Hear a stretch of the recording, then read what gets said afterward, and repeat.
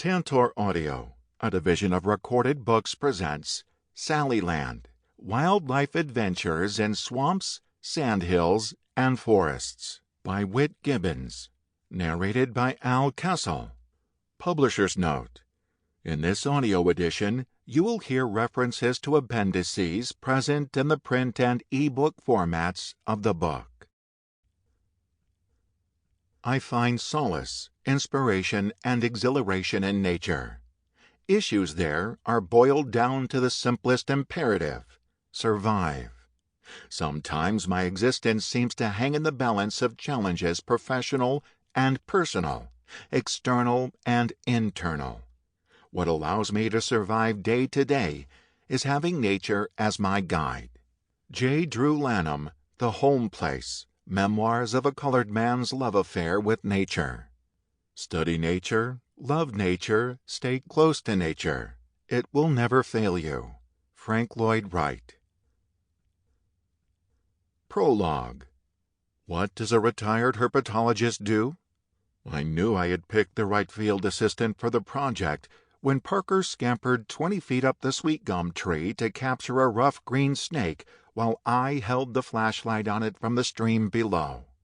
His exhilaration at capturing the first green snake he had ever seen in the wild was evident by his ear-to-ear grin as he climbed down and got back in the canoe. My excitement was increased because this was the 14th herp, the accepted name for any reptile or amphibian species, added to our inventory of herpetofauna at our study site. Equally pleasing to me was the fact that Parker was only 10 years old, a promising sign of many wildlife adventures yet to come. Whit Gibbons, A Pilot Herpetofaunal Inventory on Private Land. If kids can do it, anyone can. This book does not come close to being a memoir, nor is it intended to be. I do write about personal issues, including the challenge of finding meaning in retirement. I consider aspects of purchasing and managing land as a personal conservation initiative. But primarily, I celebrate the joy so many of us feel when we are outdoors and acknowledge the gratification of sharing discoveries with our companions. The setting for this book is South Carolina at a place called Salleyland. The same story of outdoor excursions could be told anywhere from Augusta, Maine to Zephyr Hills, Florida, from Anchorage, Alaska to Zzyzx, California. A bit of background seems appropriate at this point. I'll start with a roll call of immediate family members. Some are mentioned many times in this book, and explaining who's who every time would get tiresome. Carolyn and I were married in January 1963 and have 4 children: Laura, Jennifer Ann, Susan Lane, and Mike. Mike and his wife, not sister, Jennifer, are parents of our only granddaughter Allison and our eldest grandson Parker. Sam is the son of Jennifer Ann and her husband Jim High. Our youngest grandson Nick is the son of Susan Lane and Keith Harris. Laura and her husband Ron are the quintessential doting aunt and uncle. Parker, Sam, and Nick have been the most frequent participants in critter searches and habitat explorations over the years. The 3 of them were featured in an article in the March-April 2019 issue of Wildlife Professional titled A Pilot Herpetofaunal Study on Private Land. If kids can do it, anyone can. Allison appears in several cameo roles. She was my primary family helper in constructing the swamp jumper boardwalk that made many of our field trips possible. She has become adept at using a chainsaw to remove trees and limbs that fall constantly across our stream. When I first decided to retire, I had had a long career, 41 years, as a University of Georgia professor involved in ecological research at the Savannah River Ecology Laboratory, SREL, in Aiken, South Carolina. I had conducted research projects at SREL and elsewhere, taught intermittently at the main university campus in Athens, Georgia, advised graduate students and undergraduate research interns, and avoided as many administrative responsibilities as possible. For some career professionals, retirement means continuing to do what you have always done. It was, after all, your career, and you got your life credentials and professional identity by excelling, or at least persisting at it. I know retired biologists my age, and, not unlike me in other ways, who go to the lab every day. They continue to conduct research, write scientific papers, and offer guidance to any student or faculty member who cares to listen. Many of my former colleagues are dead, not because they kept working too long, but because we all get old and die. Many are still alive. I sometimes muse about outlasting them all and becoming the oldest living herpetologist in the world, which is probably at least a subliminal goal for most of us. The impetus to retire from a tenured position at a university can come from various directions. My epiphany came when Tracy Tuberville, a young graduate student, came into the herpetology lab with 2 eastern mud turtles she had caught at one of our field sites. Over my research career, I had caught and marked thousands of individual turtles so I could follow growth and movement patterns. I had first marked both of these turtles before Tracy was born. We had already documented in scientific publications that some turtles can live a long time. These 2 were several years older than their captor. Tracy was the first of my last cohort of graduate students, 8 total, and as each began their residence at SREL, they worked in the local wetlands and eventually all caught turtles I had marked before they were born. I mentioned this to Mike, who said, "Dad, some of them are probably catching turtles you marked before their parents were born." I decided it was time to look into the possibility of retirement. Most universities allow retirees to continue supervising their graduate students, but not to take on new ones. Graduate students, at least the smart ones, act like they care what their major professor has to say. Such homage need not be paid to a retiree. Students who think they can learn from their elders seem to be on the wane, but maybe this has always been the way of the world. I think Socrates mentioned something of this nature around 400 BCE.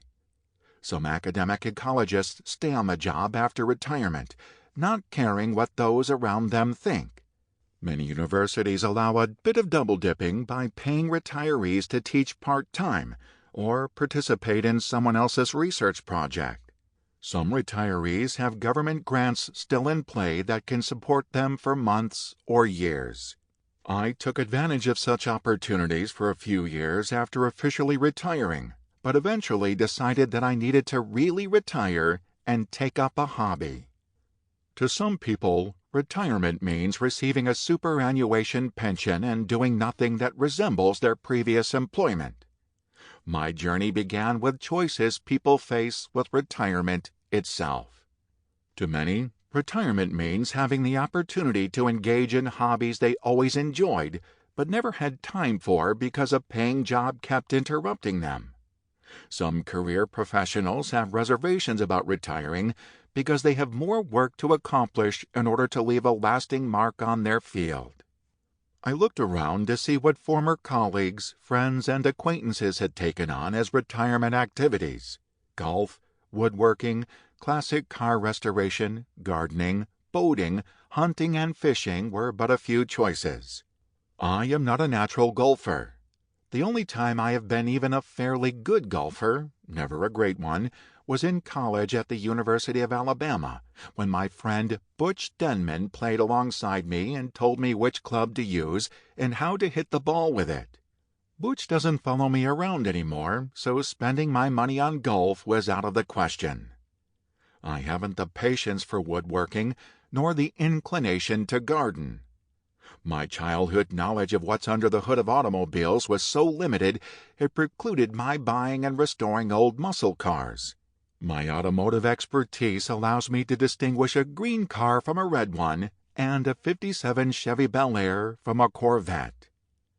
I spent my career riding in boats on rivers, in the ocean, through swamps, and occasionally up onto logs, sandbars, and the shore itself. These boats and motors always belonged to someone else, usually a university or the federal government, and I had no emotional attachment to them. I had done enough boating. As for fishing, I once published a scientific paper in the journal Nature based on a sample of 12,000 largemouth bass, and have probably caught more fish on rod and reel than most of those guys you see on the TV sports channels. But let me be the first to say, I am not an accomplished angler and get exceedingly annoyed with tangled lines, snagged hooks, and unruly bait. If I never do more than watch the grandkids fishing, I will be fine. Likewise for hunting. I hunted squirrels and rabbits as a kid, killed more birds than I should have, but really only enjoyed the getting out in the woods aspect, not the shooting itself. In short, I was not interested in pursuing any of those traditional retirement hobbies. So, what to do with my spare time? I heard from other retirees that I would soon be consumed with small commitments here and there and be busier than ever. That, I knew, would not be true. When a retiree boasts of being busier than ever, I wonder how hard they worked at their paying job. Carolyn and I came up with the idea of buying a few acres of land. I had spent my career pursuing my passion, which was to spend a lot of time outdoors. Why not spend my retirement engaged in an activity I already knew I liked and would never get tired of? We had owned some land when our children were younger, but had sold that property long ago during the 1 year when all 4 of them were in college. I decided a small tract of worthless farmland with poor soil and little to offer any self-respecting farmer would be a good investment for my purpose, to have a wooded retreat I could enjoy whenever the mood struck. Spending time there with my grandkids was a gratifying prospect. The 3 grandsons, ages 1 to 4, and Allison, who was 8, all lived within an hour's drive. Many real estate agents in the county we live in make a fine living selling houses to retirees from other parts of the country. Furthermore, the recreational horse industry, racehorse training for the Kentucky Derby, dressage, polo, traditional fox hunts with real hounds, thrives in Aiken and the surrounding area. The winter people, who arrive in autumn and leave in spring, include wealthy horse owners and their entourage of jockeys, trainers, and stable hands. Expensive horses require the finest equestrian facilities. Much of the rural property in the county is deemed equestrian land, which can be transformed into whatever a horse lover might need. Equestrian land is expensive because horse owners who require a large tract can afford the purchase and upkeep. Demand exceeds supply. I set out on my search for suitable land with an excellent realtor, Ron Pope. Ron and I looked at several tracts already cleared of most trees to provide areas suitable for development into ideal grazing pastures for horses or for building upscale stables. Some places had plenty of trees and even an occasional lake or stream, ideal for horseback riding, and accordingly out of my price range. The farther we got from town and its pervasive equestrian mentality, the cheaper the land got. One day, Ron asked if I would like to look at a piece of property in an adjacent county. The land lay between 2 sleepy southern towns so small that neither had a grocery store. Property values on that side of the county line dropped as much as 50%. After the usual hassles and exasperations of buying property anywhere, Carolyn and I owned 35 acres of worthless swampland and 2nd, 3rd, or 4th growth hardwood forest. We purchased those 35 acres for what we would have paid for about 6 acres in the upmarket countryside where I had been looking. Same price, with lots more room, and only 25 miles from home. In my spare time, which would be considerable, I could walk around the land looking for reptiles, amphibians, and other wildlife, as I had done for my entire career, indeed, my entire life. I could be there in 40 minutes, even during rush hour, which doesn't really exist in rural South Carolina. Private land has many environmental stories to tell and can entertain forever. My focus at Salleyland has been to enjoy and write about the habitats and associated wildlife with an emphasis on what I have learned on my own and from others about the actors on the revolving stage of the natural world.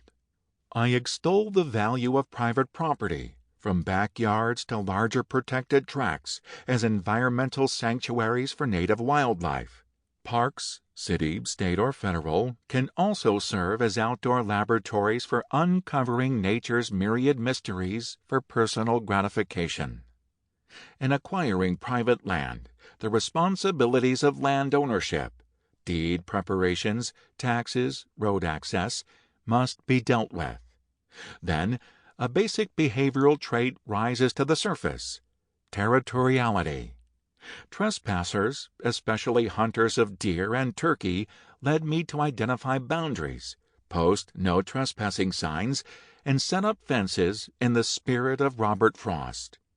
Wariness toward uninvited humans became normal behavior. Building a cabin further staked our claim amid the natural inhabitants of plants and animals. Clearing out some vegetation, building picnic tables and a fire pit, establishing paths, and hanging a rope swing over the creek soon followed. I looked forward to meeting our wildlife neighbors. Duck boxes, bird feeders, bat boxes, and trellises were welcome mats, but I knew I was the one who was the visitor in their home. I needed a long-term plan. Chapter 1. Make a plan. It was raining when I left, but I had to get out for a snapping turtle in the middle of Snap Road, the first one we have found. It seemed small to be a gravid female, but had clearly scraped out dirt, presumably for a nest, although the soil in the tire rut was too hard. I never dreamed we would find so many kinds of reptiles and amphibians. All the other animals and plants have been a bonus. If I had to retire again, this is what I would do. Salleyland Field Notes, May 15, 2018. Carolyn and I purchased the initial 35 acres for Salleyland in 2008. We built the cabin in 2012 and bought an adjoining 35 acres in 2013. Susan Lane and Keith bought the adjacent 35 acres. Salleyland, named for the nearby town of Salley, quickly became our own 100-acre wood, populated by a parade of Christopher Robins and friends. Most, though not all, projects are more easily completed if you start with a plan. For our newly acquired land, I had an amorphous one that evolved into 3 general goals: enjoy all wildlife, inventory the herpetofauna, keep a record of wildlife experiences.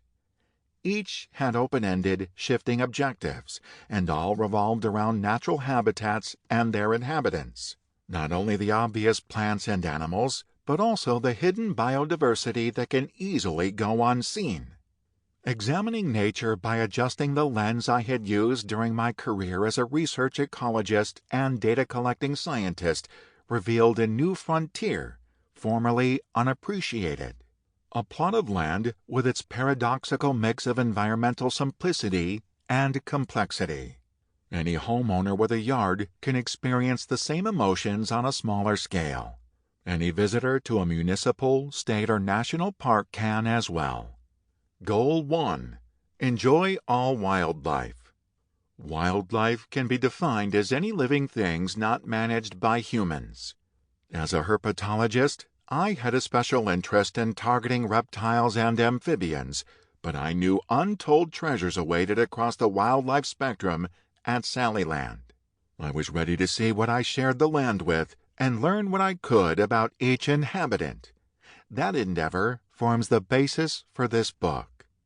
For the first 2 or 3 years, my grandchildren and I, along with anyone else we could recruit for a field trip, walked and boated, turned over rocks and logs, observed and recorded.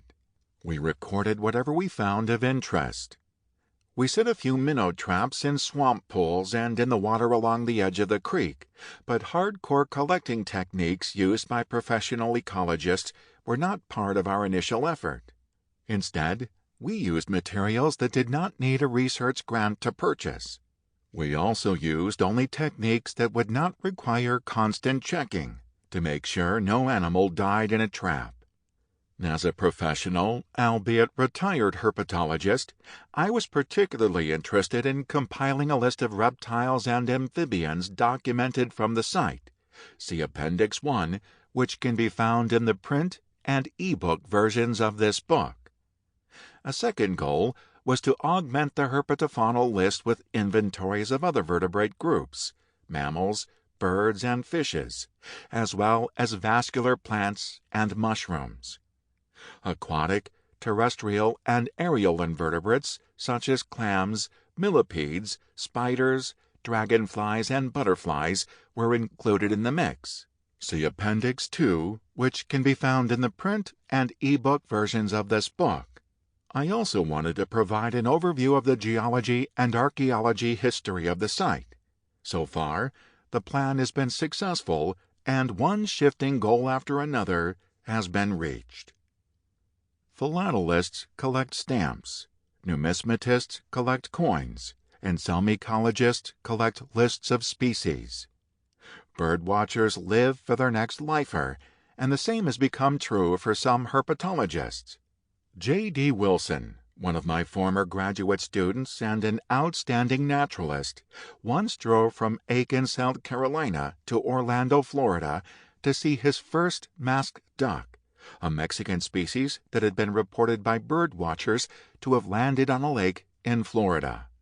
In later years, as a young professor at the University of Arkansas, J.D. took several of his students, my academic grandchildren, to southern Texas to see a tropical wading bird known as a chicana and a Texas indigo snake in the wild.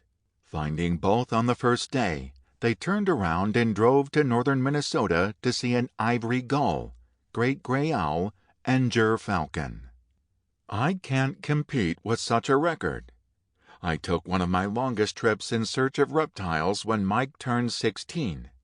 We flew from South Carolina to visit Randy Babb in Arizona. Our goal was to see how many different species of rattlesnakes we could find. Of the 11 Arizona rattlesnake species accepted by herpetologists to be valid at the time, we found 9. Successful trip. I repeated that trip when Parker was the same age Mike had been.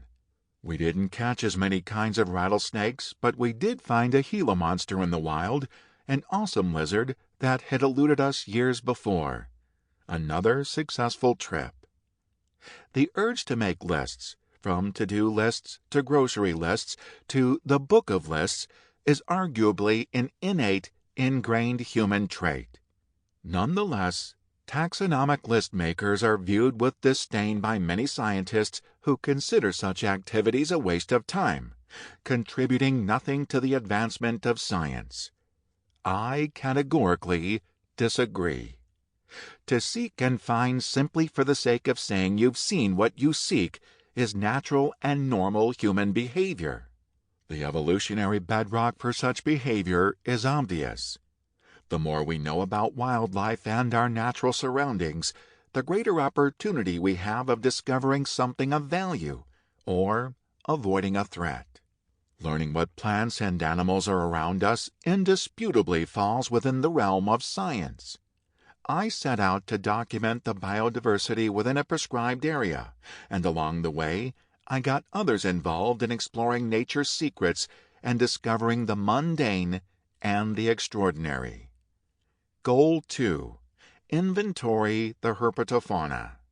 As a retired herpetologist, I particularly wanted to see how many different kinds of reptiles and amphibians I could find on the property, without the weightiness of having to take measurements, analyze the data, and eventually publish the findings in a scientific journal.